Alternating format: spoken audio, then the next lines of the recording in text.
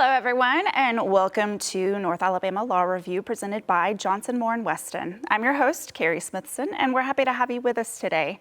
Joining me on today's episode are our two knowledgeable attorneys. We have attorney Christopher Weston, who brings extensive experience in business litigation, contract law, and insurance disputes, to name a few. And alongside him is attorney Bennett Driggers, well known for their work in business law, contract dispute, and trust and estate planning. Thank you both for being here. Thank you. Let's dive into today's trending legal topic. Many people are starting their own businesses, many of which work from home. Chris, what guidance would you like to provide for those wishing to do so? Okay, yeah. First and foremost, you have to decide what type of business that you're going to run. And by what type, I mean, what structure are you looking for? There are several different types. There's obviously general partnerships. You have LLCs, you have corporations, and each one of these different types of formation or corporate structure has its own costs and benefits. Such as with a corporation, you're dealing with a lot of additional formality than you have from just a general partnership or an LP or an LLP, which is a limited partnership or a limited liability partnership. Also, with an LLC, you have less formality than you do with a general corporation. Corporations require minutes, they require certain meetings, they have a lot of notice and other statutory requirements. And so if someone is looking to start a business and they're either just a single person starting it or with a limited number of people that they know very well, a lot of closely held businesses where it's like might be a father and son, it might be a family, it might be two best friends. Usually what I will recommend is an LLC or a limited liability company. It gives you all the protections of a corporation, but does not require the same amount of formality. And what I mean by that is you can have an operating agreement with an LLC, which I generally recommend, and you can lay out exactly how you want your company to run. There are a few exceptions, certain things you can't do according to the limited liability company statute, but they're generally the same things as in a partnership or a corporation, such as you can't drain your company bank accounts if you have bills owing. And so with an LLC, which is generally what I recommend, it's relatively simple and easy to set up. People can a lot of times do it themselves on the Secretary of State website, but what I also recommend is to contact an attorney and to get an operating agreement, because there are certain things under the LLC statute, such as the fact that if you have a 10% owner and a 90% owner, that if you don't have an operating agreement, both of those percentage of owners have the same voting power. And so you want an operating agreement to lay out something like pro rata voting, meaning it is your ownership percentages that dictate the weight of your vote. And if you don't have an operating agreement, it runs directly off the statute. Not necessarily a bad thing, but you need to be very, very aware of what that statute says before you just automatically start operating your business. Taxes for that are passed through. You get all the business deductions. And so it's usually just a very simple way to start your business, which you can convert later on into a normal corporation as your business grows. Okay. Bennett, anything you'd like to add? I would. Forming the business is just the beginning. We can work with you to make sure that there are risk aversions put in place. When you're operating a business, it's a lot more than just the formation side. There's risk involved in being in business. We're in a litigious society. Everybody's looking for somebody to sue. But the point is, we can come in and evaluate your business, evaluate your policies and procedures, evaluate your employee manuals, evaluate any contracts you have to make sure that there's systems in place to protect your business. It's more than just opening the door and saying, okay, here we are, bring us your money. There's a lot of risk involved. So we can address those risks with you. Once you get the formation done, if you choose to do it yourself, you can come to us for that evaluation. We'll come out and look at your operation and see how we can help you avoid litigation. And more importantly, if you happen to still be sued, we're already there for you. We've set up these things to help defend you in that litigation ahead of time, so you're not just caught with, without any safety systems in place.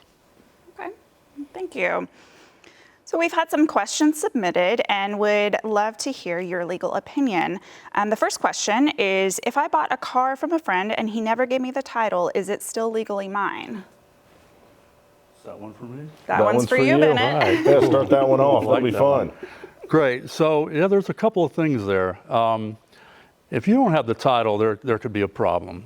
As far as you've got to go register this car, you got to have insurance on it and all that. The bigger question is the underlying agreement to purchase that car from your friend.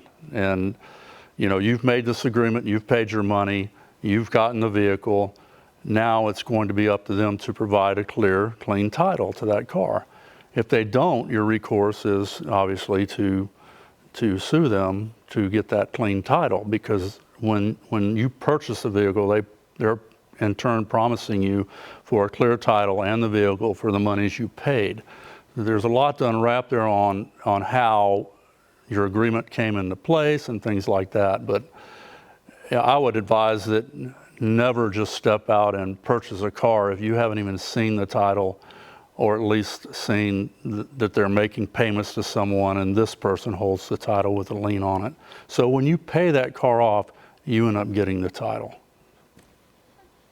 Yeah, and just kind of add on to that, people ask all the time, is something legally mine? And they need to understand that there is a clear distinction between having a recognized title to something, like the title to a vehicle, which you then register with the Alabama DMV or whatever DMV of whatever state that you happen to be in, and having a legal claim to something. And so in that instance there, it sounds like they have a legal claim to that vehicle, but they may not yet have legal title to it. And both are, generally speaking, equally enforceable. You run into what's called equity claims. So in that instance would be promissory estoppel. There was a promise either through a written contract or orally of, well, I will pay you this money and you will turn over this vehicle. You can run into the UCC because a vehicle is seen as a chattel or a good. You can run into the statute of frauds, again, depending on the vehicle, its value, these types of issues. But the point I'm making is that you have to understand the difference between having a legal claim to something and something being legally yours. And really what that difference is having it recognized. And so when you have title, the state of Alabama recognizes that that vehicle is now yours. It is state recognized as titled in your name.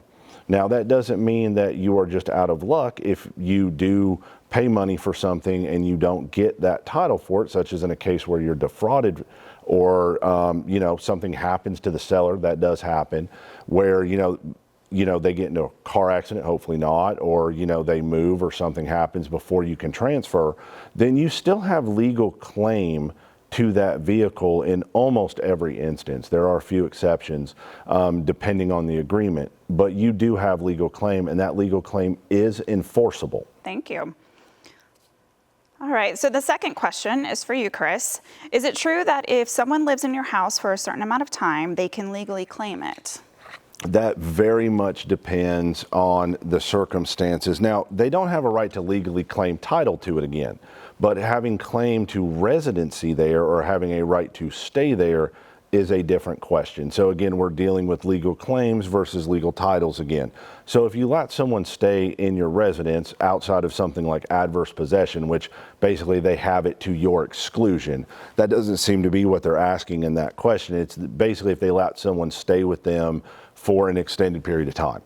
And so, will that give them legal claim to the title or the deed to the home or an ownership interest? No. As far as having them removed, again, it very much depends on the circumstances. So if you have a lease and it's under a lease agreement, then normally in that lease, there will be what's known as a holdover provision. And that holdover provision will lay out that they go month to month or another year or whatever the term happens to be in that lease. If you do not have a lease, which seems to be where their question is coming from, that they let someone stay with them and now they just won't leave. Well, you don't have eviction anymore, which is what you use at the end of a lease, even at the end of a holdover lease. you have what's called an ejectment. It's this person has been permitted to set up residency.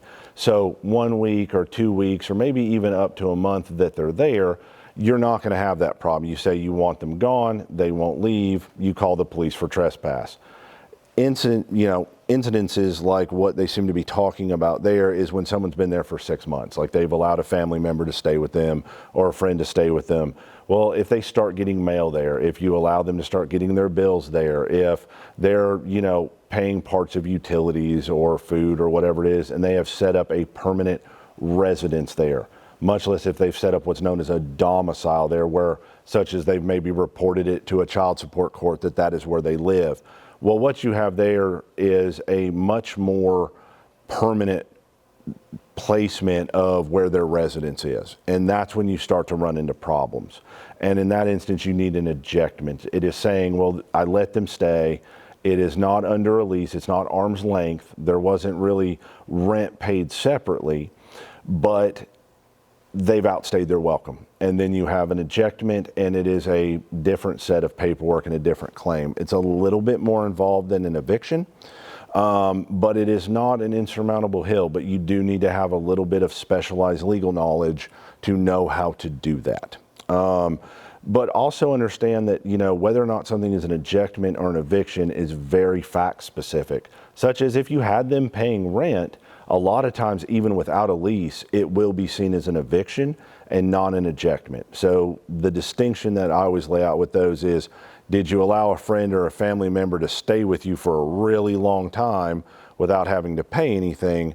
Or did you have more of a contractual arm's length agreement that you can stay here if you pay X?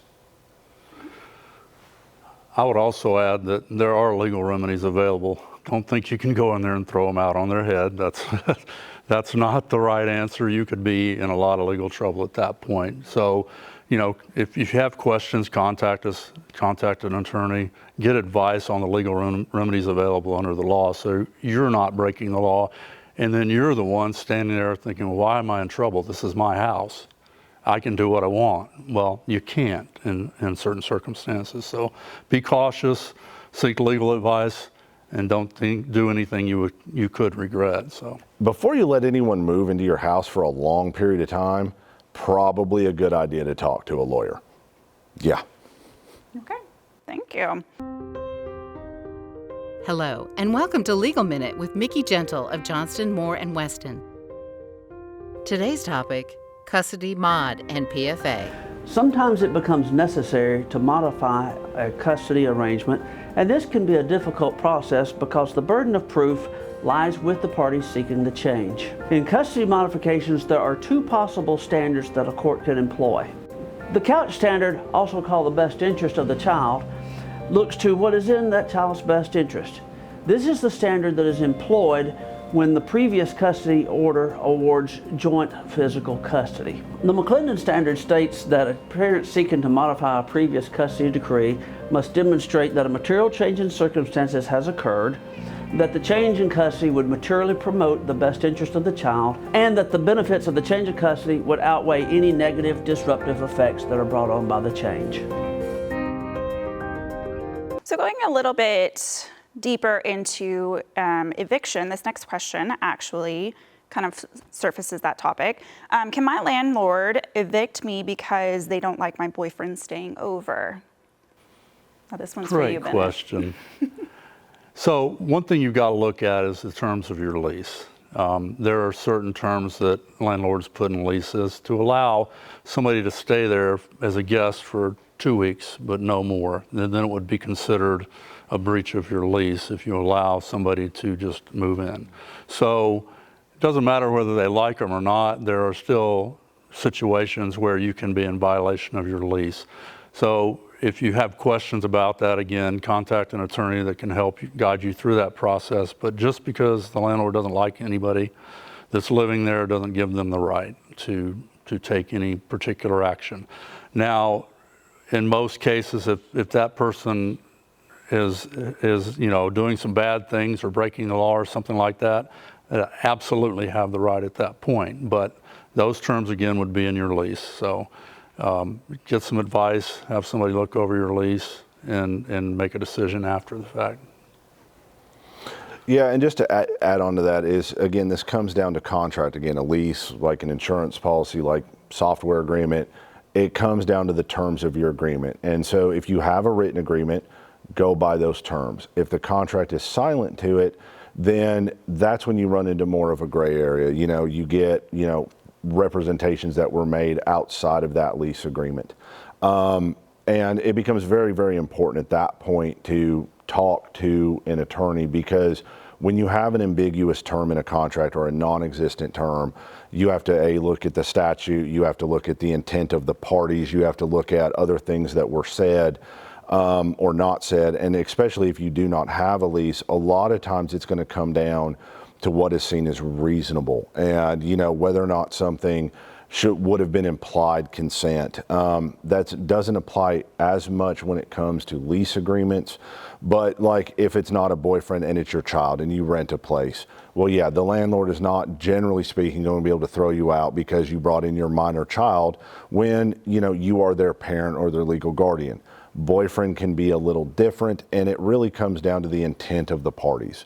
So an offer, an acceptance, and terms are the backbone of any agreement. And so if it is not listed in the actual contract itself, the actual lease itself, or if unfortunately you don't have one, getting into the intent of the parties, what is reasonable, what was consented to, what was accorded, what was satisfied, becomes a much more detailed legal question. Thank you. And our final question is for you, Chris. My ex hasn't paid child support in over a year, but he just bought a new truck. Can I take him to court for that? Well, no, you can't, generally speaking, take him to court just because he bought a new vehicle. Again, you guys are not together. He lives his life, you live your life. Now, if that buying of the new truck serves as evidence that there has been a material change in his financial circumstances, that buying of the new truck can serve as proof that he actually has more money than he claimed to the court, or that he had when child support was originally set. And so the buying of the new truck itself doesn't necessitate or allow for an automatic adjustment in child support. What it can do is serve as proof that their financial circumstances have changed. And again, whenever you're dealing with a modification, 10% increase in income is seen as material. And again, that's a rule of thumb. If they have additional expenses or they're now paying for childcare, it can affect whether or not their actual child support obligation changes. It's not just that one factor. And so somebody buying something new or doing better in their life, and you're not, or even if you are, doesn't mean that everything automatically changes. So again, purchasing something doesn't mean that you get to automatically change child support, but it can serve as very powerful evidence depending on all of the other facts and circumstances. And that's where, as lawyers, the constant answer to almost any question is, it depends. And so we have to know all the facts surrounding that, especially when it comes to something like child support. So to give an example, if the person has bought a new truck because they've taken a new job and their income has significantly changed, well, that very much can affect their child support obligation. At the same time, if you as well at the same time have gotten a new job, had a change in circumstances, it may not change the overall percentage of who owes what for the maintenance of the child. And so it is everything taken into account, what is known as a totality of the circumstances when balanced out against what is known as Rule 32 child support calculation. Some of the questions we get when we're doing consults for people with for modifications is, well, for instance, if the other spouse or former spouse, stops paying child support, and it's like, well, I'm going to stop visitation. Well, I'll caution folks that you just can't do that. You can't violate the court order just because the other party is. So if you've got concerns about what's going on, if one party's not following the order and you are, you need to come see an attorney. But at the same time, we'll also help evaluate whether it's going to be worth it to pursue that modification and what the risks are for the party coming to see us, because if they've also violated, there's some contempt action that can be brought on that counterclaim against that individual. So you have to be very cautious about what you ask for. You know, sometimes you get what you pay for, and if you've done wrong also, it doesn't mean you can't take action, correct your wrongdoing, and then, you know, we can address that in any kind of modification action that you come see us about. Yeah, and to add into that is that we tell people all the time, and I've heard you do this in consults, I do it, is that the law is reason without emotion. It doesn't mean it doesn't have mercy or compassion or take into account mitigating circumstances or aggravating circumstances, but you really have to be dispassionate, which is hard to do when you're dealing with your personal life. That's why there's a general, I will say, taboo. It's not a legal prohibition, but it's a taboo of lawyers handling their own legal issues a lot of times outside of, very defined types of cases. It's not that you can't do it, but when you're very, very close to something, it is much more difficult to see it objectively and clearly. And so whenever you're dealing with your personal life, it is always good to have a third party evaluate it. And the more legal knowledge and experience they have, the better. Hello, and welcome to Legal Minute with Allison Moody of Johnston, Moore & Weston. Today's topic, car accidents. Summer's here, which means you're probably going to be traveling this summer. Today, let's talk about what you're going to do if you get in a car accident. First, you should call 911 and report the accident. If you are injured, you should seek medical treatment right away. Even if you believe that you are not severely injured, you should still get checked out because certain injuries, such as concussions or soft tissue injuries, are not readily apparent. You should also exchange your information with the other driver. Finally, you should contact our experienced car accident attorneys here at Johnston, Moore & Weston. Our attorneys have extensive legal knowledge and experience in dealing with insurance companies and obtaining favorable results for our clients. 6, 5.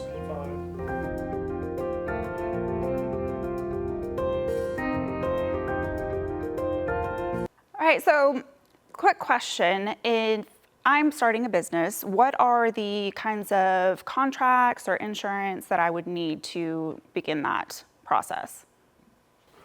So there's a lot to look into there. One, you're going to need general liability insurance. Even if you own the property that you're doing the business on, you're going to need a liability insurance policy to cover if somebody comes onto your business property and gets hurt and things like that.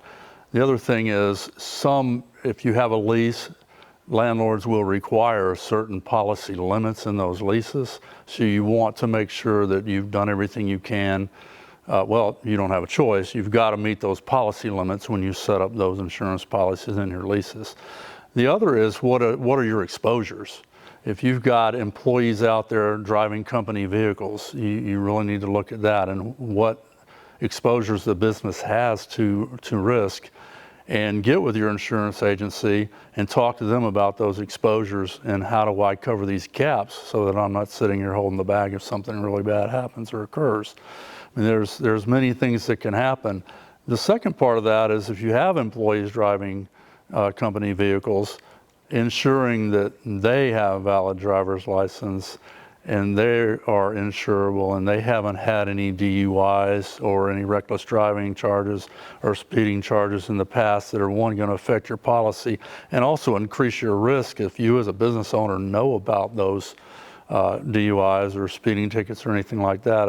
If they're a reckless driver, you don't want them behind the vehicle of your company car. So those are a few things to look at. And again, there's going to be different policies depending on whether you rent or own the building and stuff like that. So there's a lot to look into. Chris, you have anything to add there? Yeah, a little bit on the insurance, but very, very much so when it comes to the contract side of things. I deal with a lot of that. So on the insurance side of things, you need to look at where your potential risks are, okay? And exactly like Bennett was saying is, whatever space you're renting, okay? You have some risk there because if someone slips, falls, something happens, you need to make sure that you're covered. Anytime someone is doing work on behalf of your company, whether that be driving, whether that be building something, whatever they happen to be doing, you need to understand that something can go wrong. I mean, people are people, okay? And they make mistakes, or sometimes just freak occurrences happen. Those do occur and we see them. And so you need to be looking at every step of your business, from your brick and mortar store, or to your home, or to your vehicles, or to whatever job site or work area you might be dealing with. And you need to evaluate the risk at each and every step and look for insurance policies that will cover you at each and every step. And same thing with contracts. Again, just make sure you understand what the terms are and what needs to be done and what you are being compensated for, and make certain that those are all very clearly laid out in your contracts. I'll add also, you need to look at the exclusions in your policy to see what's not covered, to see if there's another policy or company that will take care of those risks for you. In any type of insurance policy, auto insurance, homeowners, business insurance, go to your exclusions. Make sure that, and sometimes these policies are pages and pages and pages long, might be boring reading, but it's important to assess those risks on things that they're telling you they will not cover, so you'll know ahead of time. Also, when you're involving insurance, you need to look at what's required of you when you report a claim. Do I have to have a list of all this inventory? Do I have to take pictures of property I'm going to be claiming if my home or business gets damaged?